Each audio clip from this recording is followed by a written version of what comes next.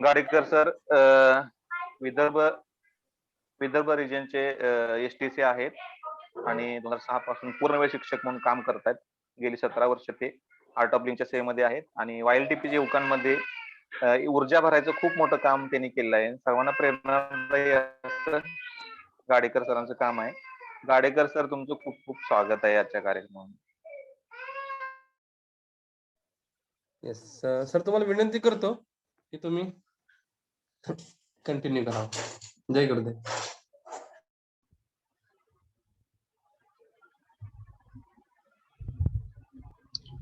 ओम प्रणवार्थाय शुद्ध ज्ञानैकमूर्तये निर्मलाय प्रशांताय दक्षिणामूर्ते नमः.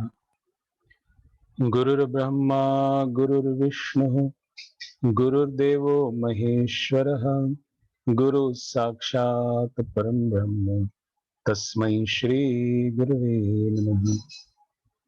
तस्मै श्री श्री गुरुवे नमः. जय गुरुदेव. माझा आवाज येतोय ना? माझा आवाज येतोय सगळ्यांना? हो सर, हो. ओके, छान येतोय. हो सर.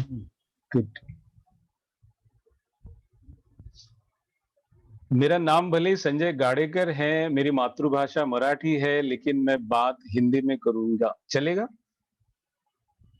दौड़ेगा ना? Yes yes yes. हिंदी में बात करने का कारण इतना ही है कि गुरुदेव को हम सब या हिंदी अंग्रेजी में सुनते हैं, तो कई सारी बातें गुरुदेव से जो सुना है वो वैसा की वैसा लोगों तक पहुंचाने का मन करता है. अगर उसको थोड़ा सा मैं ट्रांसलेट कर दूं अपनी भाषा में तो कहीं मेरा बुद्धि आ जाएगा उसमें, इसका डर लगा रहता है. तो इसलिए मैंने अपने आप को आदत डाल दिया कि भले ही मेरी मातृभाषा मराठी है, मैं कोर्स भी ज्यादातर हिंदी में ही लेता हूँ, पढ़ाता हूँ. और अभी तो हम सब एक कर्मयोगी टोली के सामने यहाँ पर आए हैं, उपस्थित हुए हैं, तो आपसे ज्यादा तो मैं यहाँ से ऊर्जा लेकर जाने वाला हूँ. कोई शायद ये सोच रहा था कि वो नई ऊर्जा, नई चेतना, नया जोश. मैं तो अपने मकसद से यहाँ आया, अपना एक मतलब से आया हूँ आपके बीच में. ये युवाचार्यों की टोली ऐसे ही नहीं मिलती है. आचार्य और उसमें युवा, ये तो ऐसी बात है कि बस इनके साथ में रहने से ही मैं तो कहता हूं जीवन में ऐसा कुछ हो जाता है, बस इनके साथ होने से. तो समझते हैं आप में कितना शक्ति है. आपके सानिध्य से अगर किसी को ऐसे लग सकता है, तो जब आप बात करोगे किसी के साथ, उनको इस ज्ञान के पथ पर लाने के लिए कुछ कहोगे, तो क्या लगता है आपको? वो मानेंगे नहीं आपकी बात. असंभव. जिस भी दिन आप आपकी साधना, सुदर्शन क्रिया, ध्यान करते हैं, ज्ञान का आचरण करते हैं, मैं दावे के साथ कहता हूं कि आप किसी को भी इस पथ पर आने के लिए कहोगे, तो पता है उसको आपका शब्द कितना समझ में आए ये मुझे पता नहीं, लेकिन आपका भाव उसके समझ में आ जाएगा कि ये बंदे में यार कुछ बात है, ये जो बोल रहा है ना कुछ है इसमें. ये आप में से कई लोग इसको अनुभव भी करते हैं. पता है हम लोग सारे ये जो साधक हैं, सारे जो हम शिष्य हैं, हम एक साथ रहते हैं ना, तो हमको एक दूसरे का महत्व समझ में नहीं आता है. जब नॉन एवल लोगों में हम जाते हैं ना, तब आपने ये अनुभव किया होगा. 100 लोगों के बीच में आप घूमते हो तो आपके तरफ लोग मुड़ मुड़ के देखते हैं. नहीं देखते? कुछ है. गुरुदेव से मिला है हम सबको, वो कृपा झलकती है हमारे चेहरे पर. भली चेहरे पर ना झलके, लेकिन उस सूक्ष्म में हमारे साथ वो आभा चलती है और उसका सुगंध उन तक पहुंचता है. भाई गुरुदेव ने इसीलिए ना ये यूथ लीडरशिप ट्रेनिंग प्रोग्राम का नामकरण भी कर्मयोग कर दिया, ताकि हमको ये समझ आ जाए कि ये यूथ लीडरशिप ट्रेनिंग ये प्रोग्राम नहीं है भाई, ये तो. और कर्मयोग सीधा नहीं होता है, उसके पहले ज्ञान योग होता है, भक्ति योग होता है, तब जाके कर्मयोगी बनते हैं. राइट ना? आपने सबने भगवत गीता तो सुनी होगी, पढ़ी होगी. तो सबसे पहले ज्ञान योग होता है, तो गुरुदेव हमको धीरे से क्या करते हैं, शुरुआत में हमको सुदर्शन क्रिया सिखाते हैं। जैसे हम सुदर्शन क्रिया का ज्ञान हमें होता है, तो क्या हुआ, अनायास हम ज्ञान योग में प्रवेश कर जाते हैं। जैसी सुदर्शन क्रिया सीखते हैं ना, आपको देखो, मुझे भी अभी पिछले दिनों में भगवत गीता का ज्ञान सत्र चल रहा था इस विदर्भ में, तो तब इस बात का एहसास हुआ और विस्मय चकित होने को हुआ कि हमको खबर ही नहीं है कि ये कर्मयोग नाम का ये जो ये प्रयोग दिया हुआ है ना, ये सारी बातें उसमें है। ज्ञान योग है, ज्ञान योग क्या, सुदर्शन क्रिया सीखते हैं तो ऐसी ऐसी बातें जो जीवन में कई बार सुनी हुई होती है, लेकिन सुदर्शन क्रिया डेली प्रैक्टिस में आने के बाद हम उसके नए नए आयाम समझ में आने लगते हैं। आते नहीं आते? कितने बार हमने सुना था संकट मोचन, संकट मोचन, हर शनिवार को जाके वहां पूजा करना, वहां ये तरह तरह के दालें चढ़ाना, तेल चढ़ाना और हाथ जोड़ना, संकट मोचन, क्योंकि वहां हाथ जोड़ के आ जाते हैं तो शायद संकट दूर हो जाते हैं। भाई वहां वो प्रतीकात्मक था। ये सुदर्शन क्रिया करते करते पता चल जाता है कि ये संकट मोचन और कुछ नहीं है, ये प्राणायाम है। ये हनुमान जी का दूसरा नाम पवन पुत्र, पवन पुत्र मतलब हमारी श्वास। जब हम इस श्वास की तरफ ध्यान देते हैं, मतलब प्राणायाम करते हैं, तो संकट मोचन की आराधना चल पड़ती है और जीवन में आने वाले सारे संकट अपने से दूर होना शुरू हो जाते हैं। देखो ये ऐसे जो नए नए आयाम खिलने शुरू होते हैं, यही तो ज्ञान योग है, और क्या है। और जैसे ये ज्ञान योग में आते हैं तो क्या होता है, फिर सुदर्शन क्रिया के गुरुदेव के प्रेम में पड़ जाते हैं। पढ़ते हैं, नहीं पढ़ते? कितने लोग प्रेम में पड़े हैं, राइट? और मैं कहता हूं नहीं, अगर पड़ गए तो डूब जाओ पूरी तरह से डुबकी लगा लो इस प्रेम रस में। पता है, जब ये प्रेम रस में पूरी डुबकी लग जाती है तो कौन सा योग जीवन में घट गया? भक्ति योग। प्रेम का परमोच्च शिखर क्या है? भक्ति।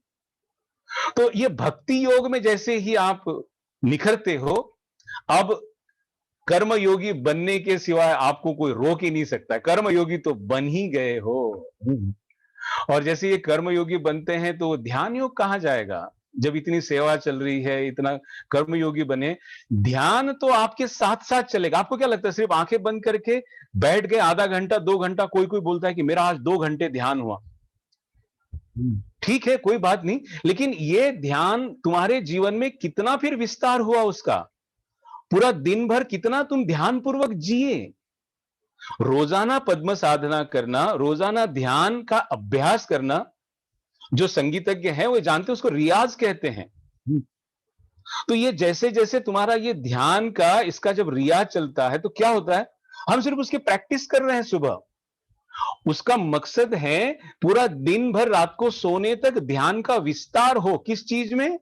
फिर भोजन करते समय ध्यान हो, ध्यानपूर्वक भोजन हो, ध्यानपूर्वक बातचीत हो, ध्यानपूर्वक चलना हो, ध्यानपूर्वक कोई कार्य करना हो। ये अगर नहीं और सिर्फ आंखें बंद करके ध्यान कर रहे हो तो अभी रुक गए, पहली कक्षा में ही रुक गए।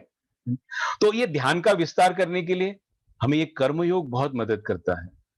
और मैं आप सबसे ना, जो भी यूथ लीडरशिप ट्रेनिंग प्रोग्राम के तहत जो सेवा में जुटे रहते हैं, उनके लिए मैं इतना ईर्ष्या महसूस करता हूं। मैं सच में, मैंने मेरे अपने जीवन के 2-3 साल जो ये वाईएलटीपी में बिताए थे, मुझे पक्का पता था कि अगर इसमें मैं ज्यादा दिन रुक गया तो शायद संसारिक जीवन के काम में नहीं रह जाऊंगा, काम का नहीं रहूंगा। ये क्योंकि एक आदत होती है ना, अपनी अपनी प्रवृत्ति होती है कि पूरा डूब जाना। और ये कर्मयोग, ये वाईएलटीपी, ये गुरुदेव ने ये ऐसा अनूठा बनाया है कि शायद ही कोई इसके प्रेम में न पड़ता हो। ये पूरा की पूरा आर्ट ऑफ लिविंग के तहत जो सेवा का एक पथ चल पड़ा है, गुरुदेव ने सारा के सारा हमको दिया हुआ है। तो ये सेवा का ये महामार्ग जो बनाया है, इसका रीढ़ हम सब जानते हैं, यूथ लीडरशिप ट्रेनिंग प्रोग्राम है। और जब इनमें नया जोश भरने की, इनमें नया उत्साह भरने की बात जब मुझसे हुई, तो मैं तो मन ही मन हंस पड़ा कि जो जोश की, जो उत्साह की मूर्ति है, उनमें भला मैं कहां से जोश भरूंगा? इनमें तो उत्साह ठूस ठूस के भरा है। हां, इतना हो सकता है, मुझे उनको जगाने का काम पड़ सकता है कि भाई कहीं आंख तो नहीं बंद कर ली, जरा थोड़ा सा देख तो ले। तुम्हें देखकर लोग जोश में आते हैं, तुम्हें देखकर लोगों में सेवा का जज्बा आता है, और तुम रुक गए। ऐसे सुनकर कहीं भीतर दिल में चोट भी लगी थी। हम आर्ट ऑफ लिविंग के पथ पर चलने वाले लोगों का मैं 2 सिरे तय करता हूं, आपको बताऊं। एक पहला कदम प्रार्थना से जुड़ता है, पहला कदम प्रार्थना से, और अंतिम दूसरा कदम जो जीवन में उतर चुका है। प्रार्थना मतलब कि हे ईश्वर, हे गुरुदेव, ये सब मेरे साथ हो जाएं। तो क्या हो जाए? हम सब जानते हैं कि जीवन में अगर सब कुछ पाना है, सब कुछ पाना है मतलब क्या पाना है? सारी सुविधाएं, धन, संपत्ति, पद, प्रतिष्ठा, ये तो पीछे पीछे आएगा आपके, डोंट वरी, ये पीछे पीछे आएगा आपके। आप गुरुदेव के माध्यम से ज्ञान का पथ चुन लीजिए, गुरुदेव के चरण कदम पर अपने कदम पीछे पीछे रखना शुरू कर दीजिए। आपका पीछे ये जो भी बाहरी दुनिया में जिसको यश की श्रेणी में रखते हैं, आप जब भी पीछे मुड़ के देखोगे सब आपके साथ चलता हुआ आपको नजर आएगा। उसके पीछे दौड़ लगाने की जरूरत नहीं। आप वो 3 इडियट में जब आखिरी में वो जो कहते हैं ना, बाबा रणछोड़ दास कहते हैं कि बच्चा काबिल बन, सक्सेस तेरे पीछे भागेगा। तू सक्सेस के पीछे भागने की जरूरत नहीं है। तुझे जरूरत क्या है? तुझे काबिल बनना होगा। काबिल बनना मतलब क्या बनना है? पात्र बनना है, योग्य बनना है। तो योग्य कौन बन सकता है? जिसके जीवन में योग है,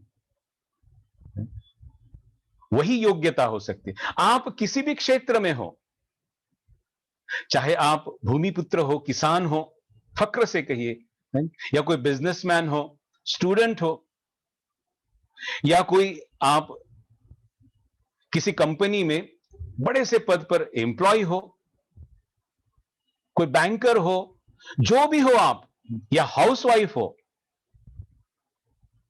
आप जिस क्षेत्र में हो उस क्षेत्र में आपको अगर अपनी योग्यता बनानी है तो जीवन में योग उतारना ही होगा। और योग उतारने के लिए सिर्फ योग मतलब आसन नहीं, वही तो मैं शुरुआत वही किया आपके साथ, क्योंकि आप तो जीते हो भाई, आप सब लोग आप ये YLTP के माध्यम से जीते हो सब। ज्ञान योग, भक्ति योग, कर्म योग के साथ ध्यान योग, ये सारे चीजों में आप जुड़ते हो भाई। यही तुम बांटते हो, बांटते बांटते बांटते बांटते कब हमारे जीवन में उतर गया हमको पता भी नहीं चलता है।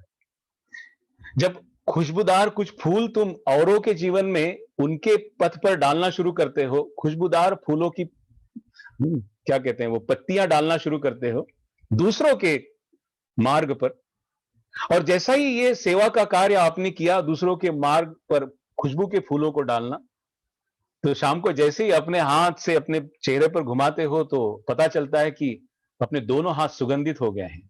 हमें और कुछ नहीं करना पड़ा, हमने उस सुगंध को कहीं से बाहर से लाना नहीं पड़ा। बस गुरुदेव ने कहा कि तुझे यह करना है, बस हमें वह करते जाना है। मार्ग में अड़चनों के मामले में क्या आएगा? कुछ कभी शंकाएं आएंगी, कुछ संशय आएंगे। तो ये संशय कब आते हैं? जीवन में जब हम किसी अभाव को देखते हैं। अभाव की तरफ हमारा जैसे ही आंख खुलती है ना, तो क्या शिकायतों से जीवन भरने लगता है। फिर कभी कभी मन करता है कि मैं इतनी साधना करता हूं, इतना सेवा में लगा हूं, तब भी ये गुरुदेव ये कैसे ना मेरे जीवन में ये ऐसे क्यों अड़चने आ रही है। तब शिकायतों से जीवन भरने लगता है, और शिकायतों से जीवन भरते भरते वो कृपा से हम जो नहा रहे थे वो कृपा से हम वंचित होने लगते हैं। एक बहुत ही मेरा पसंदीदा एक कहानी है जो गुरुदेव से मैंने सुना था, एक बाबा अमरदास जी की कहानी। बहुत ही उनका परिस्थिति बिल्कुल क्या कहते हैं वो बहुत ही गरीबी के हालात में, उनकी नन्ही सी बच्ची, ये माता पिता अमरदास जी, उनकी पत्नी और बच्ची अपने गुरु की बड़ी सेवा करते थे। एक दिन अचानक अमरदास जी को उनके गुरुदेव कहते हैं कि अमरदास जी मैं तेरे सेवा से बहुत खुश हूं, मांग ले तुझे क्या चाहिए।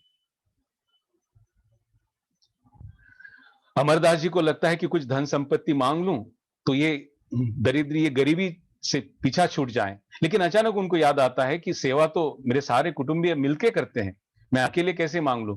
तो गुरुदेव को कहते हैं कि गुरुदेव मैं अपने घर के लोगों से पूछ लूं, कल मांगे तो चलेगा। तो गुरुदेव कहते हैं हाँ हाँ कोई बात नहीं, तो अमरदास जी घर आते हैं, आते आते सोच रहे होते, हिसाब लगा रहे होते कि कितना मांग लूं कि एक बार से मांग लूं तो फिर कभी मांगने की काम ही ना पड़े। सेवा में लगे थे इसलिए मांगने का तो आदत था नहीं, लेकिन पहली बार गुरुदेव ने खुद कहा तो मना भी नहीं कर पाए। तो घर पे आते आते तब तक हिसाब लगाते लगाते थक गए थे। पत्नी सामने आ पड़ी तो बोले पत्नी को कि आज गुरुदेव ने कुछ मांगने को कहा, क्या मांग ले? मैं सोच रहा हूं कुछ संपत्ति मांग लो। तो पत्नी कहती है कि नहीं नहीं ऐसे मत करो, संपत्ति तो खत्म हो जाएगी। एक काम करो, थोड़ा सा जमीन का टुकड़ा मांग लो, तो जमीन आ जाएगी तो हमेशा खेती बाड़ी करते रहेंगे, तो कम से कम खाने पीने का और अपने बच्ची का आने वाला समय का तो ठीक से इंतजाम हो जाएगा। तो दोनों सोचते कि हाँ हाँ ये सही रहेगा। लेकिन अचानक अमरदास जी को ख्याल आता है कि वो बच्ची उनकी छोटी सी थी, नन्ही सी थी, लेकिन बहुत होशियार थी। तो सोचते हैं कि बच्ची से भी पूछ लूं, और अपने बेटी से पूछते हैं कि बिटिया गुरुदेव ने कहा कुछ मांगने को, क्या मांगो? तो बेटी कहते हैं कि पिताजी अगर गुरुदेव ने मांगने को कहा है ना तो कुछ छोटा मोटा मत मांग लेना। और अपने खेलते खेलते बोल देती है, पिताजी कुछ छोटा मोटा मत मांग लेना। तो पिताजी कहते हैं कि बेटा एक काम कर, तू ही साथ चल, तू ही मांग लेना। जानते थे बच्ची बहुत होशियार है। तो अपने बच्ची को लेकर जाते हैं और गुरुदेव के कुटिया में पहुंचते हैं और बोलते हैं कि गुरुदेव मेरे जगह अगर मेरी बच्ची मांगे तो चलेगा? तो गुरुदेव बोलते हैं हाँ कोई बात नहीं, और बच्ची की तरफ देख के बोलते हैं कि बेटे क्या चाहिए तुझे, मांग लो। पता है वो बच्ची क्या कहती है? गुरुदेव आपका दिया हुआ सब कुछ है हमारे जीवन में। क्या कहती है? आपका दिया हुआ सब कुछ हमारे जीवन में है, हमें कुछ नहीं चाहिए। अगर देने का मन है आपका तो मैं इतना मांगूंगी कि आजकल दिन में कभी कभी एक ही बार भोजन करने को मिलता है। जीवन में कभी ऐसा समय आ जाए कि 3-3 दिन में अगर भोजन न मिले तब भी गुरुदेव शिकायत न रह जीवन में, शुक्र मनाने की आदत डाल दें, धन्य भागिता होने की आदत डाल दें। गुरुदेव बस यही आपसे विनंती है कि शुक्र मनाने की आदत डाल दें। और कहते हैं कि गुरुदेव उस बच्ची को लेके प्रसन्नता के साथ नाचने लगे, झूमने लगे और उसको कहने लगे कि बेटा मैं तुझसे बहुत बहुत आत्यंतिक प्रसन्न हूं। तू तो क्या, तेरे माता पिता तो क्या, तेरे घर जो भी आएगा, तेरे द्वार जो आएगा, कोई खाली हाथ नहीं जाएगा। तेरे घर के धन धान्य भंडार हमेशा भरे रहेंगे। यह है शुक्र अदा करने का फल।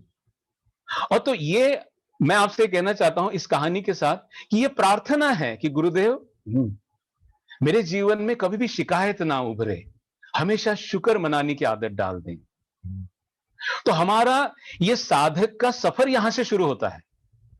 देखो जब तक साधक नहीं है, जब तक ज्ञान के पथ पर नहीं है, यह बात ख्याल में आती ही नहीं है क्योंकि तब तक तो सिर्फ मांग ही चलती है हमारी।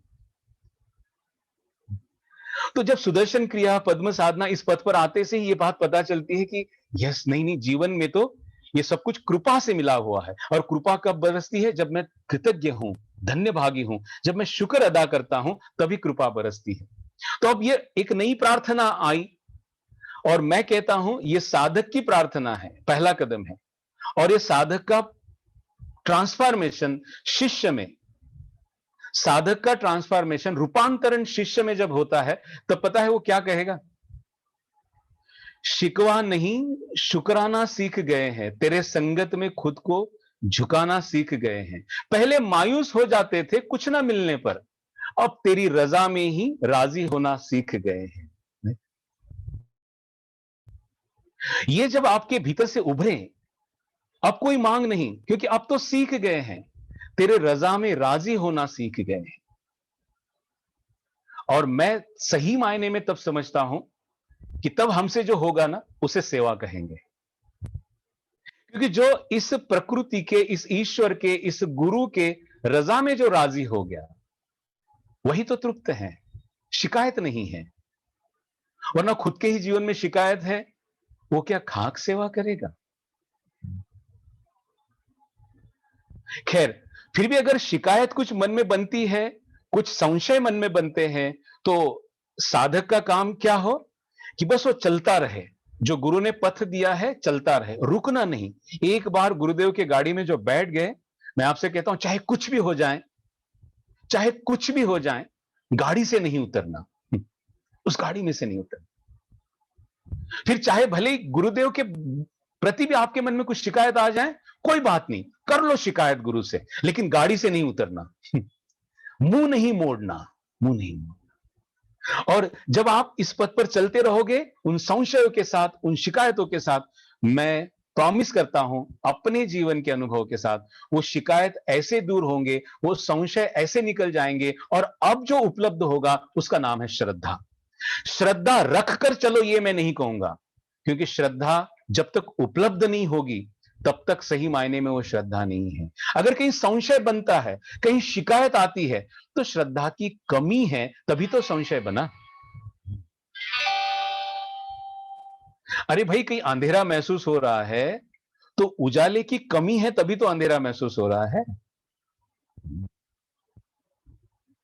और जब सूरज जीवन में प्रकट हो जाए तो अब काहे का अंधेरा, काहे का क्या?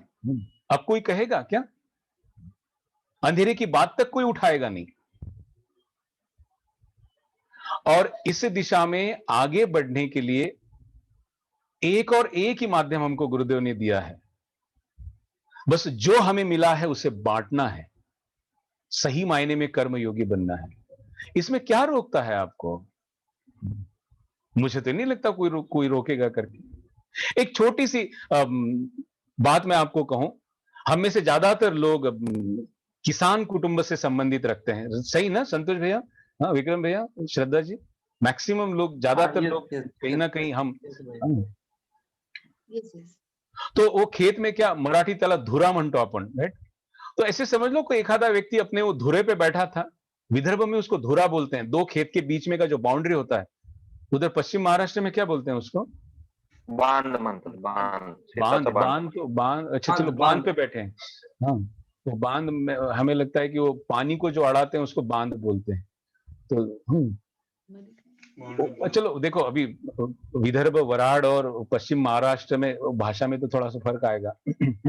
तो ये बांध रूपी हमारे विदर्भ के धुरे पे धुरा, तो ये बांध पे कोई व्यक्ति बैठा है, ऐसे ही बैठा था, खाली पीली बैठा था, खाली पीली बैठा था, कुछ काम नहीं था उसको, और उसके हाथ में ना एक नुकीली पत्थर आ गया था, और वो बैठे बैठे, खाली तो कोई बैठता नहीं है, कुछ ना कुछ करते रहे, तो बाजू में ना वो मिट्टी को थोड़ा सा ऐसे कुरेदता है, तो मिट्टी को थोड़ा कुरेदता रहता है, तो अचानक उसको खुर कर से आवाज आता है, ट्र करके आवाज आता है, तो जैसे कुछ मेटल पर वो पत्थर घिस गया।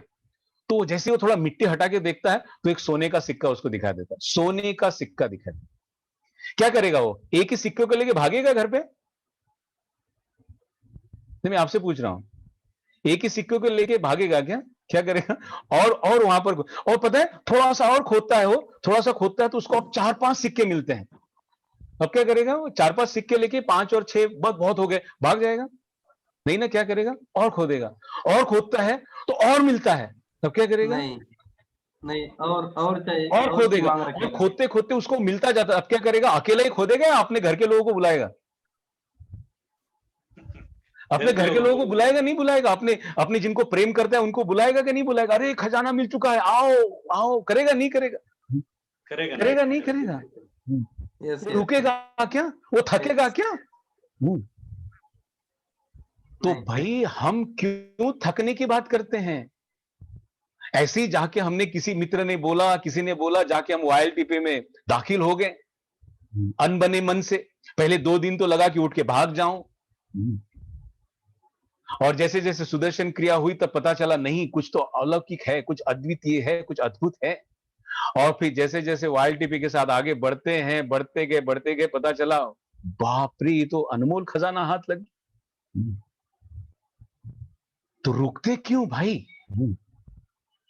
और आने वाले पर्व में जो गुरु पूर्णिमा आ रहा है, वो गुरु पूर्णिमा पर्व तो है गुरु का, नाम तो है गुरु का, लेकिन ये पर्व किसका है? शिष्य का है। आज अगर आप अभी इस वक्त एक युवाचार्य के रूप में बैठे हैं, अगर आप एक साधक के रूप में बैठे हैं, मैं हरेक को इस गुरु पूर्णिमा के पर्व तक, हरेक के भीतर से वो एक प्रखर शिष्य के रूप में आपके भीतर वो रूपांतरण देखना चाहूंगा। और इस गुरु पूर्णिमा के पर्व को, नाम गुरु का लेकिन पर्व शिष्य का, तो शिष्य को क्या करना चाहिए? गुरु पूर्णिमा को जो इतना कुछ दिया गुरुदेव ने, क्या करते हैं हम? गुरुदेव को कुछ उपहार देते हैं, देते हैं नहीं देते हैं? जब भी गुरुदेव से मिलने जाते हैं, थोड़ा सा फूल लेके जाते हैं, कभी कुछ फल लेके जाते हैं, खाली हाथ नहीं, अपने पुरखों ने हमको बोला था, जब भी गुरुदेव से मिलने जाते हो, जब भी गुरु से मिलने जाते हैं, खाली हाथ मत जाना। क्यों? क्योंकि ये जीवन में जो कुछ भी मिला है, ये तृप्ति, संतुष्टि, ये आनंद, ये गुरु कृपा से है। भाई कई बार हम व्हाट्सएप में तो मैसेज पढ़ते हैं कि मखमल के बिस्तर तो हम खरीद लोगे पैसों से, लेकिन नींद तुम्हें वो मखमल बिस्तर से नहीं आएगी, वो तो कृपा से आएगी। पंच पकवान तुम खरीद पाओगे, लेकिन उसके स्वाद से जो तृप्ति भीतर से उमड़ेगी, वो तृप्ति वो कृपा से मिलेगी, वो स्वाद से नहीं आएगी, वो पंच पकवानों से बिल्कुल नहीं आएगी। तो ये सब कुछ जो अनमोल खजाना जो मिला है, ये गुरु कृपा से मिला है। तो जब भी गुरु से मिलते हैं तो कुछ उनके लिए अपने तरफ से, गुरुदेव आपने इतना कुछ दिया है हमको, बस एक छोटी सी भेंट हमारे तरफ से आपके लिए। और ये अपने तरफ से भेंट देने का सबसे बढ़िया पर्व वही है गुरु पूर्णिमा का उत्सव, जो शिष्य को पुरुषार्थ करना है, गुरु के चरणों में अपनी एक भेंट वहां देनी है। तो क्या हो सकता है एक शिष्य के लिए, गुरु के लिए एक सुंदर उपहार? जब भी गुरुदेव से मिलते हैं तो गुरुदेव आपसे कभी पूछते हैं कि कितना सेवा किया वहां पर, कितना प्रोजेक्ट वहां पर आपने बनाए, कितने आपने YLTP के प्रोग्राम कंडक्ट किए? संतोष जी कभी पूछा आपको गुरुदेव ऐसे? कितने लोगों को आपने सुदर्शन क्रिया सिखाया? ऐसे कभी पूछा? क्या पूछते हैं? खुश हो ना? तुम खुश हो ना? yes, definitely. बस यही पूछते हैं, तुम खुश हो ना? तो गुरुदेव ने हमारे जीवन में ये खुशियों के भंडार जो उंडेल दिए हैं, तो सही मायने में तो गुरुदेव का, मैं तो सीधे सीधे बात कहता हूं, अगर गुरुदेव को व्यक्ति के रूप में अब भी अगर हम देख रहे हैं तो ये हमारी बहुत बड़ी भूल होगी, बहुत बड़ी भूल होगी। गुरुदेव इस वक्त धरती पर इसलिए आए हैं कि ये जीवन केवल और केवल एक उत्सव है, ये सही मायने में हमारे जीवन में स्थापन करने के लिए, स्थापित करने के लिए, यदा यदा ये धर्मस्य ग्लानिर्भवति भारत, जब जब धर्म पर ग्लानि आती है तब तब मैं जरूर जरूर आऊंगा। तो धर्म क्या है? ये जन्म पाकर हमने, सबसे पहला हमारा धर्म है, हमने खुशियां मनानी है, उत्सव मनाना है, खुश रहना है। और जब जब हमारी खुशियों पर कोई पर्दा पड़ जाता है, उस पर्दे को हटाने के लिए अलग अलग रूपों में ये हमारे जीवन में प्रकट होंगे ही। तो गुरुदेव का कार्य क्या है? जीवन में उत्सव वहां पर लोगों के प्रवेश कराना। तो गुरुदेव के कार्य में हाथ बटाना, गुरुदेव के कार्य में हाथ बटाना, इससे बढ़िया उपहार गुरुदेव के चरणों में और कोई हो सकता है? और इस कार्य को करते करते अगर हमारा उद्दिष्ट गुरुदेव के लक्ष्य को लोगों के जीवन में पहुंचाना, अब अगर हमारे जीवन में कुछ कभी कभार जो चाहते हैं, जो सोचते हैं वो नहीं भी हुआ, तो हमें मायूस होने की क्या जरूरत है? अगर हम गुरु कार्य कर रहे हैं तो यश भी मिला तो भी गुरु का, अगर कहीं अपयश भी लगा तो भी गुरु का। ये दोनों बातों को गुरु चरणों में अर्पण करते करते आगे बढ़ते जाओगे तो सही मायने में कर्मयोगी कहलाएंगे। तभी हमें कोई संशय नहीं छुएगा, तभी कोई शिकायत भी जीवन में नहीं बनेगी। और आजकल के इस वातावरण में सबसे बड़ी सेवा क्या है? आज लोगों के जीवन में एक जो भय का वातावरण है, एक नकारात्मकता फैली हुई है। 2 लॉकडाउन की मार हमने झेले हैं। पहले लॉकडाउन से दूसरे लॉकडाउन के मार से हम बहुत ज्यादा आहत हुए हैं, बहुत ज्यादा आहत हुए हैं। ईश्वर करे, गुरुदेव करे, तीसरे का सामना करने का हमें काम ना पड़े। लेकिन आज भी, अभी भी, इस वक्त भी, क्या लगता है आपको? हम YLTP में ये सीखते हैं कि अगर सेवा करना है तो इस वक्त के लिए लोगों की जो सबसे बड़ी जरूरत है उस विषय में अगर हम काम करते हैं तो वो सही मायने में सेवा है। ठंड से कोई सिकुड़ रहा है तब जाके उसको कंबल से ओढ़ देना, ये सही मायने में बुद्धिमानी है सेवा का। तो आज इस वक्त सबसे महत्वपूर्ण बात है, हम रोजाना सुनते जा रहे हैं कि अगर इस कोरोना के इस परिस्थिति को मात करनी है तो हमें इम्यूनिटी पावर बढ़ानी पड़ेगी। सब सुनते आ रहे हैं, तरह तरह के आप यूट्यूब पर देखते हो या अलग अलग ये सारी चीजों को देखते जा रहे हैं। भाई इम्यूनिटी पावर बढ़ाने की बात हो रही है और सबके सब लोग शरीर का ही इम्यूनिटी पावर बढ़ाने का हमको सब बता रहे हैं कि ये इम्यूनिटी बूस्टर लीजिए, ये खाइए, वो खाइए, दिन में इस समय भोजन करिए, वो करिए, तब जाके तुम्हारे शरीर का रोग प्रतिकारक शक्ति बढ़ेगा। कबूल है, मान्य है। शरीर दिखाई देता है, ये पूरा की पूरा ये अपना आध्यात्मिक पथ जो गुरुदेव ने हमको दिया है, स्थूल से सूक्ष्म की तरफ हमारी आंख खोलने का ये पथ है। आप YLTP हो या हैप्पीनेस प्रोग्राम हो या online breath and meditation workshop हो, सबसे पहले आप बात करते हो अस्तित्व के 7 स्तर। करते हो कि नहीं करते हो? इन 7 स्तरों में पहला स्तर फिर शरीर आता है, फिर श्वास, मन, वो आगे फिर आप चलते जाते हो, बुद्धि, फिर चित्त, अहंकार और चेतना या आत्मा। अगर पहली 3 की ही बात करते हैं, शरीर, श्वास और मन की, आज जिसकी बहुत लोगों में इस दिशा में हमें प्रबोधन करना और उनको इसका अनुभव कराना बहुत जरूरी है। शरीर स्थूल है, दिखाई देता है, उसको स्पर्श भी कर सकते हैं। श्वास दिखाई नहीं देता है लेकिन स्पर्श होता है, इसलिए दूसरा स्तर है। शरीर से सूक्ष्म है, दिखाई नहीं देता है लेकिन स्पर्श महसूस करते हैं। और मन दिखाई भी नहीं देता है, स्पर्श भी नहीं होता है, इसलिए तीसरे पायदान पर है। शरीर से सूक्ष्म है श्वास, श्वास से सूक्ष्म है हमारा मन। और यहां पर आपको मैं थोड़ा सा जगाना चाहूंगा।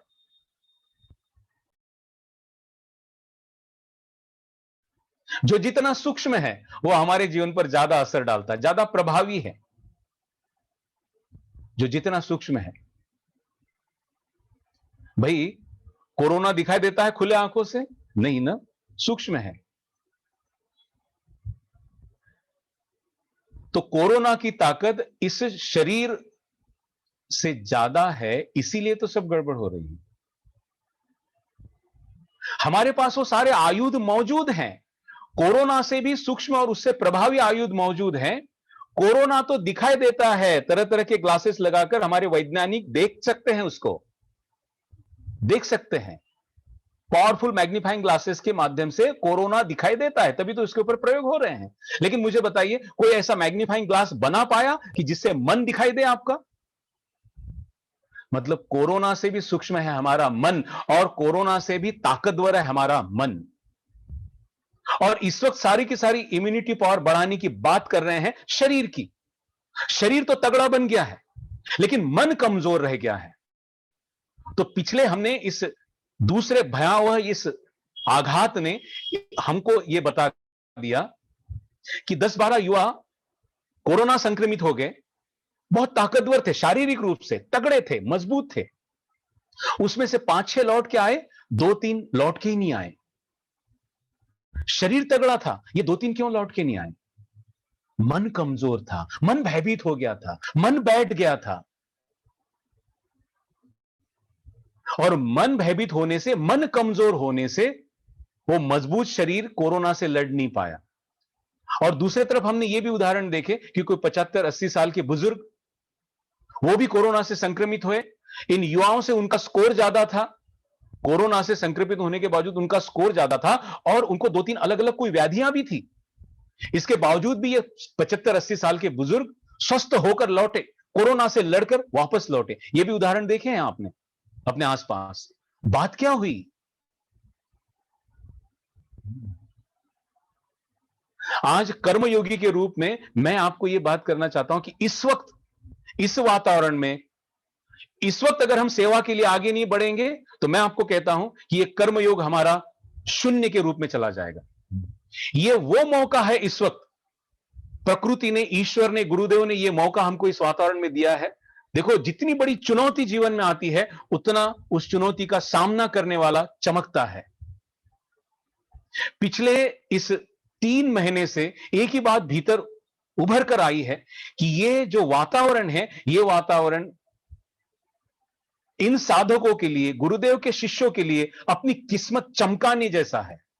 क्योंकि इस वक्त अगर आप सेवा में उतरोगे ना, इससे बड़ी सेवा फिर मेरे ख्याल से एक बार ये कोरोना का निपट जाए ना, तो आखिरी श्वास तक शायद ये दूसरा मौका, इतना भारी मौका नहीं मिलेगा। सोच के देखिए, कोरोना जब तक नहीं था तब तक भी तो हम सारे ये प्रोग्राम का आयोजन करते रहे थे, लोगों को सुदर्शन क्रिया सिखाने के लिए हम आगे जा रहे थे। एक जीवन का स्तर यहां पर है, उसको यहां तक पहुंचाने के लिए हम उनको कहते थे कि तुम्हारे जीवन का इस वक्त जो स्तर है अच्छा ही है, लेकिन उसमें और अच्छा होने की संभावना है, तो आइए वाईएलटीपी कीजिए, अपने आप में उस आत्मविश्वास का जो हीरा छिपा हुआ है उसके दर्शन कर लीजिए। ये हम कहते थे। आज पता है, अरे भाई जीवन रहेगा तो आगे कुछ हो सकता है। आज हम इस स्थिति में जीवन दान का सेवा करने के लिए इस आयुध को यूज कर सकते हैं। गुरुदेव कहते हैं कि एक व्यक्ति अगर ध्यान करता है, गुरुदेव कहते हैं एक व्यक्ति अगर ध्यान करता है तो उसके पितरों तक उसका पुण्य पहुंचता है। सुने नहीं आपने इस बात को कि एक व्यक्ति ध्यान भी कर लेता है तो उसके पितरों तक उसका पुण्य पहुंचता है। आपुल्या हितासी असे जो जागता, धन्य माता पिता तयाचिया, कोई कन्या पुत्र होती जे सात्विक, तयाचा हरिक वाटे देवा। जगत गुरु तुकाराम महाराज जी ने जो कहा कि जो अपने हित के प्रति जागा है, उसके पिछले और आने वाली 7 पीढ़ी का उद्धार हो जाता है। किसका? जो अपने हित के प्रति जागा हुआ है। ये पल है हमने इस वक्त जागने का, यही वो पल है। पूरी तरह से जाग कर लोगों के जीवन में उस कमजोर मन को मजबूत बनाने का, ये माध्यम उनके जीवन में लाकर खड़ा करने का, ये काम सिर्फ और सिर्फ हम कर सकते हैं। जिस तरह से अगर कोई कोरोना से संक्रमित हो जाए तो कोई अगर बहुत बड़े नामचीन वकील हैं और ऐसे 10 वकील, 10 जजेस या 10 प्राध्यापक, मुझे बताइए ये कोरोना संक्रमित व्यक्ति की मदद कर पाएंगे या एक डॉक्टर मदद कर पाएगा? है ना? वो 10 नामचीन वकील कुछ नहीं कर पाएंगे, वो प्राध्यापक कुछ नहीं कर पाएंगे, वो एक डॉक्टर कर पाएगा। उसका इलाज डॉक्टर कर सकता है। इस शरीर में अगर कोरोना संक्रमण का असर हो चुका है तो उस शरीर को स्वस्थ करने के लिए एक डॉक्टर उसके लिए मदद कर सकता है। और ये कोरोना आपके शरीर में पहुंच भी जाए लेकिन इस शरीर को वो कोई बाधा ना पहुंचाने का, मन मजबूत करने का काम सिर्फ और सिर्फ आर्ट ऑफ लिविंग के प्रशिक्षक, आर्ट ऑफ लिविंग के माध्यम से कर्मयोगी, ये युवाचार्य यही कर सकते हैं। अन्य इस पृथ्वी पर कोई नहीं कर सकता, वो सिर्फ हम कर सकते हैं। तो इस वक्त अगर आप, मैं, हम अगर हाथ पे हाथ धरे बैठे रहें कि कैसे करें, कि हमको तो ऑफलाइन कोर्सेज की आदत है, वाईएलटीपी में अलग अलग प्रोसेसेस होते हैं, कैसे करें, ये ऑनलाइन में कैसे हो पाएगा? अरे भाई फिर डाउट आ गया ना, फिर वही बात बोला, बस आगे बढ़ जाओ, कदम आगे बढ़ाओ, तो आप ऐसा पाओगे कि जो ऑफलाइन वाईएलटीपी से भी जो परिवर्तन आप पार्टिसिपेंट में नहीं देख पा रहे थे, वो ये online youth leadership training programme में उससे भी कई गुना ज्यादा रूपांतरण हम देख रहे हैं। आगे तो आइए, देखिए, उनके अनुभव तो सुनिए।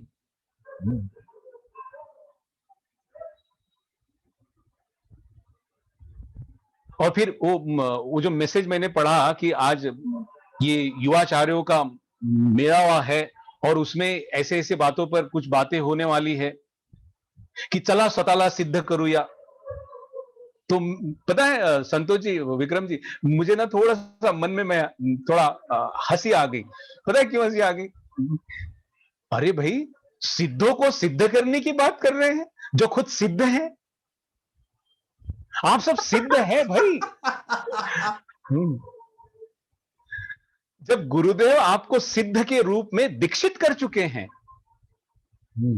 अब और किसका इंतजार करना? वो जो स्थूल और सूक्ष्म की बात अगर आपको वैज्ञानिक दृष्टिकोण से समझना है तो ऐसे समझो कि पाकिस्तान अपने देश पर ना एक मिसाइल दागता है, मिसाइल, ओके, पाकिस्तान मिसाइल दाग रहा है और हम अपने भारत की सीमा पर बड़े बड़े दीवारें बना रहे हैं। किस लिए? कि पाकिस्तान अगर मिसाइल दागे तो हम दीवारें बना लेते हैं, तो ये दीवारों से ये मिसाइल अड़ जाएंगे और हमारा भारत सुरक्षित रहेगा। मुझे बताइए, कितनी भी बड़ी बड़ी दीवारें, ये 1000 फुट ऊंची ऊंची दीवारें भी बना ले हम, बड़ी बड़ी वो 1-1 किलोमीटर विड्थ की दीवारें बना ले, बड़े बड़े पत्थरों की, मिसाइल को रोक पाएंगी?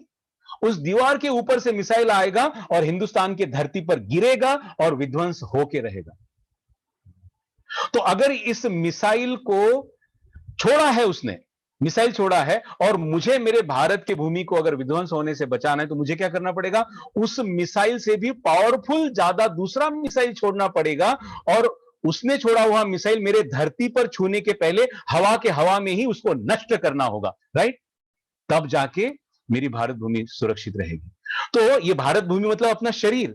अगर कोरोना हमारे श्वास के द्वारा भीतर आ भी जाए, लेकिन वो कोरोना मेरे फेफड़ों को संक्रमित करने के पहले मेरा अगर मन का शक्ति इतना मजबूत है, मेरा रोग प्रतिकारक शक्ति इतना मजबूत है, वो मेरे शरीर में प्रवेश करने के बावजूद भी वैसे ही नष्ट हो जाए, ये ताकत मेरे अंदर पैदा होनी चाहिए, राइट? तब सही मायने में रोग प्रतिकारक शक्ति। मुझे बताइए, ये काम कोई और कर सकता है क्या? कोई नहीं कर सकता। डॉक्टर को भी हमको ये देना पड़ेगा। जो ये आगे बढ़ के सेवा में उतरे हैं, उनको भी हमको सब करना पड़ेगा और वो किया भी। अभी हाल ही में गुरुदेव का इंटरव्यू हुआ आज तक पर, आप लोगों ने देखा होगा। उसमें पता है वो प्रभु चावला जी क्या कह रहे थे? अक्सर हमने देखा होगा कि ये पत्रकार लोग क्या करते हैं, किसी भी सेलिब्रिटी को या किसी भी ऐसे व्यक्ति को उनको क्या कहते हैं, वो कैंची में पकड़ने की चेष्टा करते हैं प्रश्नों के द्वारा, राइट? कि उनको पकड़ लें और फिर वहां से फिर और कुछ नया मसाला मिल जाए, हमारा टीआरपी बढ़ जाए, राइट? और फिर उसकी ज्यादा चर्चा हो जाए। लेकिन ये प्रभु चावला जी उस दिन बस एक ही मूड में दिखे। मैंने तो एक ही बात नोटिस किया, पहले तो बड़े कृतज्ञ थे प्रभु चावला जी, बहुत कृतज्ञ थे, गुरुदेव से बात कर रहे थे और एक ही शिकायत थी उनसे गुरुदेव से, एक शिकायत, वो मैं आपसे बताना चाहता हूं। और वो कह रहे थे कि गुरुदेव आप तो जानते हैं कि इस वक्त इस कोरोना से लड़ने के लिए ये प्राणायाम, ये ध्यान, ये सबसे महत्वपूर्ण आयुध है, इससे ही हम इसका सामना कर सकते हैं। तो आपको ये लगता नहीं है? ऐसे प्रभु चावला जी, आप देख लेना एक बार, वो यूट्यूब पे तो होगा ही, वो सब देख लेना कि क्या आपको ऐसे नहीं लगता आप और आपकी संस्था इस बात को लोगों तक पहुंचाने में कहीं कम पड़ गई है? ये प्रश्न नहीं था उनका, एक अंदर का बात था प्रभु चावला जी का। तो आपको एक बात बताऊं, गुरुदेव तो कम कभी पढ़ते ही नहीं, वो पूर्णता से जीते हैं। हम सब जानते हैं, वो हर पल जुड़े हैं इस माध्यम से और लोगों को उसी समय से, पिछले लॉकडाउन से ही ध्यान करवा रहे हैं, सुबह शाम ध्यान करवा रहे हैं, निःशुल्क सब दे रहे हैं। और गुरुदेव ने फिर महाराष्ट्र मेडिटेट का भी उल्लेख किया कि 2 लाख से ज्यादा लोगों को अपने महाराष्ट्र के सारे प्रशिक्षक और युवाचार्यों की टीम ने उनको ये सब प्राणायाम और ध्यान के द्वारा ये सब कुछ दिया है। उन्होंने देखो अपनी सब टोली का क्या बोलते हैं ना, वो नीचे नहीं आने दिया, उन्होंने फिर हमको संवारा। लेकिन मैं आपको बताऊं, प्रभु चावला जी ने ये बात जो कही ना, वो सीधी गुरुदेव को नहीं थी, वो हम सबको थी। शायद हम कहीं कम पड़ गए हैं। गुरुदेव तो लगे हैं, हम कम पड़ गए। क्या अभी भी रुक जाएंगे? बताइए, क्या अभी भी रुकने का मन है? क्या अभी भी अपने परिवार में किसी को क्षति होने का इंतजार करेंगे? कई लोगों को तो हम खो चुके हैं, कई लोगों को खो चुके हैं, कई परिवार के परिवार खो चुके हैं। इस बोझ के साथ मैं तो नहीं जीऊंगा। जो मुझसे बन पड़ता है, आज मुझे मौका मिला आपके साथ इस बात को आपके सामने रखने का, मैंने अपने आप को पूरी तरह से उंडेल दिया आपके सामने। मैं तो चैन की नींद सोऊंगा, अब आपके ऊपर निर्भर है। आप युवाचार्य, एक कर्मयोगी और इन कर्मयोगी के ट्रेनर, इन कर्मयोगी के ट्रेनर्स, इतने सारे आचार्य, बहुत गदगद होता है। मैं आपको बताऊं, जब आप जैसे आचार्यों के साथ मुलाकात होती है तो एक अलग ही आशीर्वाद अपने जीवन में पनप रहा ऐसे महसूस होता है। तो गुरु पूर्णिमा के पर्व पर हो रहा है ना, एक कुछ हो रहा होगा, महायज्ञ कर रहे होंगे एक आपका टीम। यस। यस यस, पक्का। हाँ। गुरु पूर्णिमा स्पेशल महायज्ञ का आयोजन किया है हम सारे इंद्रधनुष के कर्मयोगी टीचर ने मिलके। तो Guru Purnima special special batch हो रही है ILTP कर्मयोग की 19 जुलाई से 24 जुलाई तक गुरु पूर्णिमा स्पेशल है। उस यज्ञ में हम अपनी तरफ से एक एक रजिस्ट्रेशन करके आहुति देते, तो एक बड़ा यज्ञ होगा और बड़ा परिवर्तन होगा बहुत सारे युवकों के बीच में। तो क्या हम इसके लिए तैयार हैं? मैं तैयार हूं। क्या तैयार है? अगर फिर भी अगर आपको लगता है कि होगा नहीं होगा, होएगा नहीं होएगा, अगर किसी को लगता है तो मैं कहता हूं बाहुबली देख लेना एक बार। आपको लगेगा भैया तो कभी 3 इडियट की बात करते हैं, कभी बाहुबली की बात करते हैं। बड़ा मिश्रण वाला ये तो पर्सनालिटी लग रहा है। भाई आपको एक बात बताऊं, जब भी देखो उसमें से अपने गुरु को देख लेना। तो मैं आपको कहता हूं ज्ञान हर तरफ से बट रहा है। मैं बाहुबली का उस सीन की आपको याद दिलाना चाहूंगा कि वो जब कालकेय के साथ जब युद्ध चल रहा होता है, कालकेय के साथ युद्ध चल रहा है, बाहुबली और भल्लाल देव, एक पल ऐसे आता है कि कालकेय विजय प्राप्त करता हुआ नजर आता है।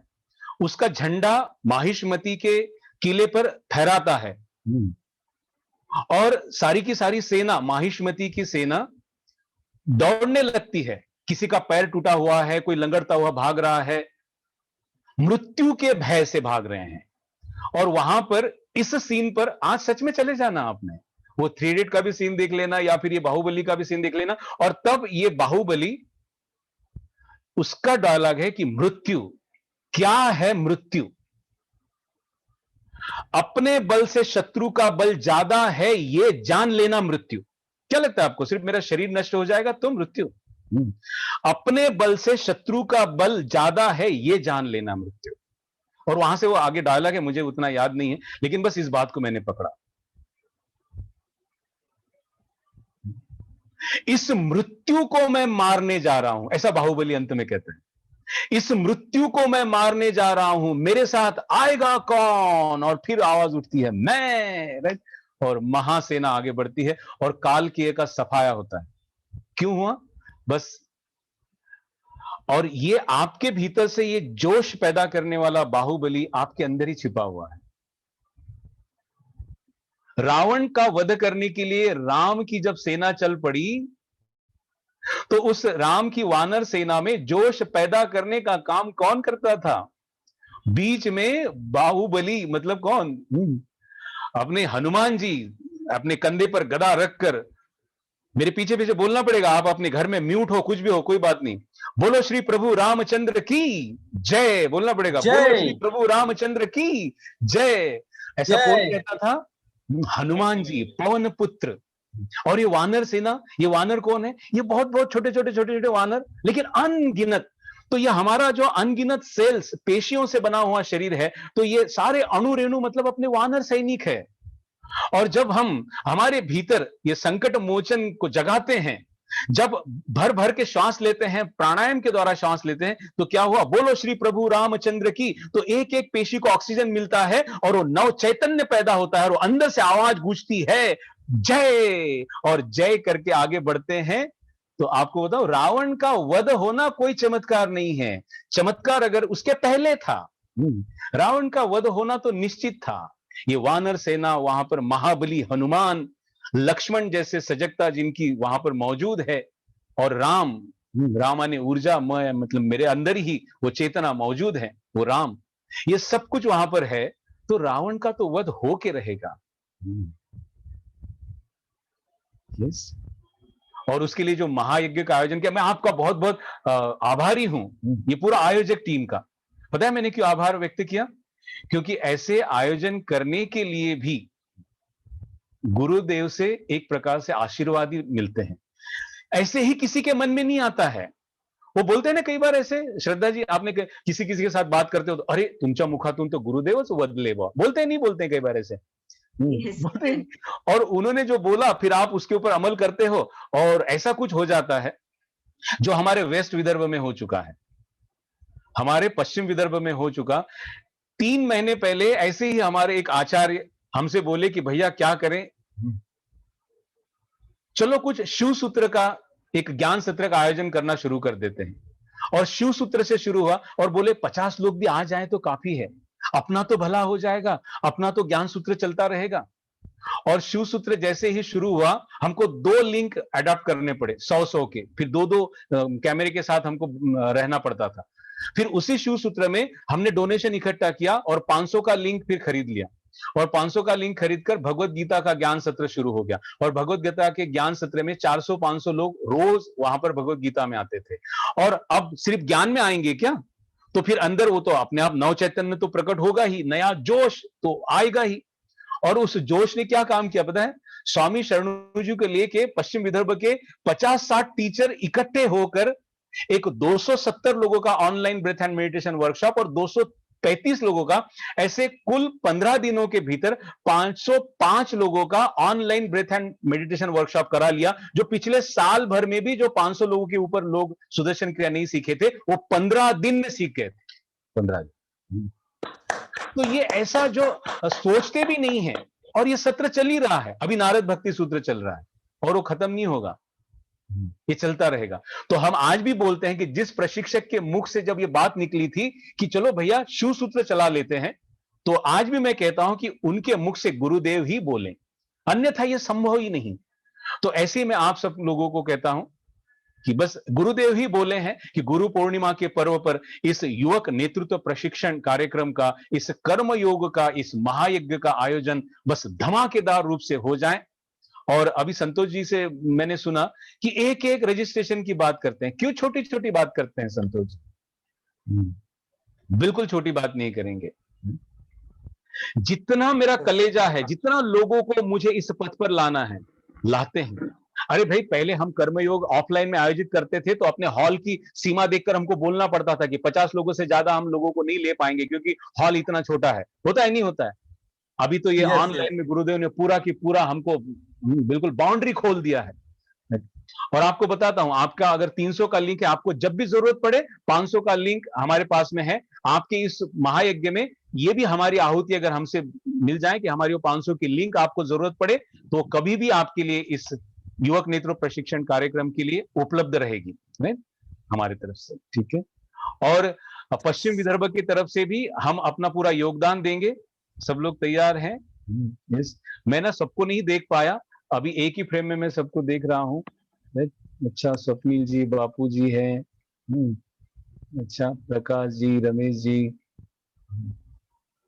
पूर्णिमा जी, विठल भैया, अच्छा, देखो सबके नाम तो, वर्षा जी, सुषमा जी, विशाल भैया, नितिन भैया, प्राजक्ता जी। बहुत अच्छा लगा आप सबको, सबसे मिलकर बहुत बहुत बहुत बहुत अच्छा लगा। तो चलते चलते आप में कोई अगर बहुत ऐसा लगता है कि बहुत सुंदर गाते हैं तो भजन हो जाए। मुझे ठीक से गाना नहीं आता है भजन। यस यस यस, सुरेखा दीदी। त्याआधी भैया मला थोडस 2 मिनिटं बोलायचंय. हा यस. हा, काय आहे, आता आपण जे सांगितलं ना, सरांनी सांगितलं आपल्याला, हे फक्त ऐकायचं आणि सोडून द्यायचं नाही. इतकं सुंदर गुरुदेवांचं सांगितलं, एवढी जान उसमें हम, किती गुरुदेव आपल्या पाठीशी आहेत. आपण आता इतके दिवस साधक झालो होतो, साधकाचं शिष्य होणं म्हणजे काय आहे आणि शिष्याचा पुरुषार्थ काय आहे हे इतकं सांगितलेलं आहे. आता आपण इथे सगळे बसलेलो आहोत. आता संतोष भैया म्हणाले की एकाला घेऊन या, त्यानंतर सर म्हणाले की नाही, तुम्ही आणखी मोठं हे घ्या, संकल्प घ्या की आपल्याला हे खरंच करायचंय. आणि ही आता आपल्याला खरं वेळ आलेली आहे की हा जो आता करोनाचा पिरियड आहे, यामध्ये आपल्याला काय करायचं आहे की यांच्यामधली ताकद वाढवायची, की सूक्ष्म आहे ना मन, किती सुंदर सांगितलेलं आहे की असं ना, खऱ्या अर्थाने आमचं ते वॉशिंग झालं सर, सांगायचं म्हणजे. कारण इतकं डेप्थ मध्ये जाऊन कधी विचारच केला नव्हता. आणि आज हेच आपल्याला घेऊन समाजासमोर जायचं आहे आणि प्रत्येकाला एक एक को चुन चुन के नहीं, देख देख के यहाँ लाना पड़ेगा हमें. तभी ये गुरु को हम, ये गुरु पूर्णिमा का वक्त हम हमारे शिष्य होने का ये एक आपण हे दान असं म्हणायचं नाहीये आपल्याला की हे काहीतरी द्यायचंय. गुरु कधीच मागत नाहीये, पण आपल्याला खुश होऊन द्यायचा आहे, म्हणजे तो हात सुगंधित जसं सांगितलं ना ते करायचंय आपल्याला, फक्त ऐकून जायचं नाहीये बिलकुल. तर आपण हा संकल्प करूयात. साधारणपणे 300 ची लिंक आपल्याकडे तयार आहे.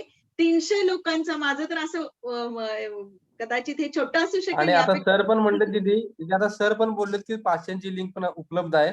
त्यामुळे Yes. आपण छोटं मोठं न पाहता थोडस मोठा संकल्प घेऊयात असं मला वाटतंय. महायज्ञ आहे ना, तर महायज्ञामध्ये महानच असायला पाहिजे ना.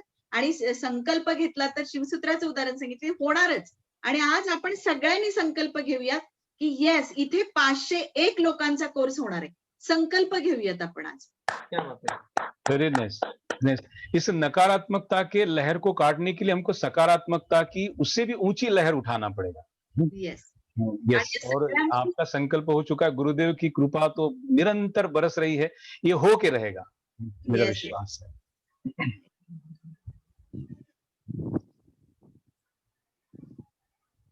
येस. Yes. संतोष.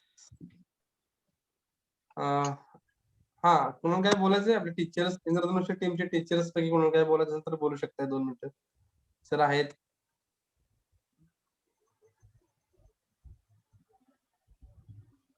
ओके. बाबासाहेब भाई काय बोलणार आहे? बाबासाहेब भाई 2 शब्द बोलतील. ज्यावेळी एक मोठा व्यक्ती बोलतो ना, त्याच्यापुढे मग आपण काय बोलणार? आपण फक्त आता ते करायचं आहे. एक मोठा संकल्प घेतला. मी फक्त एवढं सांगेन की हे आपण करून दाखवायचं आहे. मोठा गुरुपौर्णिमेनिमित्त जो हा संकल्प आहे तो आपण सिद्धीस नेऊया. सूर्य तिथे आहेत ना, आपण सत्संग करूयात आणि मग थांबूया. और अगर आपकी इजाजत हो तो एक बात मैं आप लोगों से मांग लूं, एक छोटी सी बात मांग लूं. Yes, yes. जो आपका पक्का, ये जो पक्का सर. महायज्ञ होने जा रहा है, जो एक महायज्ञ होने जा रहा है ये कर्म योग का, उस कर्म योग में अगर आपको ऐसे लगे कि ये आधा एक आध घंटे का सेशन संजय भैया को हम बुला सकते हैं, तो मेरे लिए वो बहुत बहुत एक सुनहरा अवसर होगा. अरे वाह. ओके. तो इस रॉयल टीपी पक्का, में पक्का. मैं अपनी आहुति देना चाहूंगा इस तरह से. ओके. नहीं, तर येस हो ही गया यहाँ भैया, से. इससे बड़ी बात हमारे लिए क्या हो सकती है? जरूर जरूर. हाँ. हम सौभाग्यशाली रहेंगे कि आपका सेशन हमें मिलने वाला है, हम सबको. तो हम सब इस जोश और होश के साथ इस महायज्ञ को साकार करेंगे. और हमारा संकल्प भी है अभी कि 501 का हम YLTP कर्मयोग शिविर करने जा रहे हैं. तो सब इस यज्ञ में आपने अपनी तरफ से 100% आहुति दे दे और संकल्प को सिद्ध करें. ठीक है? ओके. एक छोटा सा भजन करके वाइंड अप करेंगे. संतोष जी, सुरेखा मैं दीदी, इजाजत लूं. संतोष जी, मैं इजाजत लूं थोड़ा. जी. अच्छा, एक भजन सुनते तो अच्छा रहेगा. हमारे ओके, गान चलिए ठीक है. छोटा सा. जी जी जी. सुरेखा दीदी, जय गुरुदेव.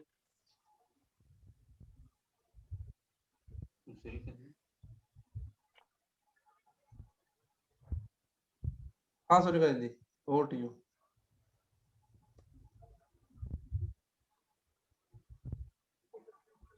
गुरु क्या मिले भगवान मिल गए. हाँ, यस.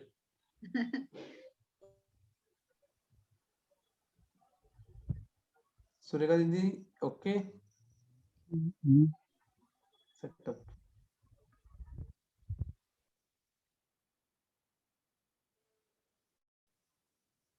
अनम्यूट. दादा त्यांना फोन करा की सुरेखा दीदींना.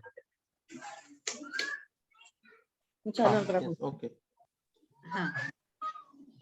सुरेखा दीदी, गुरु क्या मिले भगवान मिल गए. हाँ हाँ हाँ.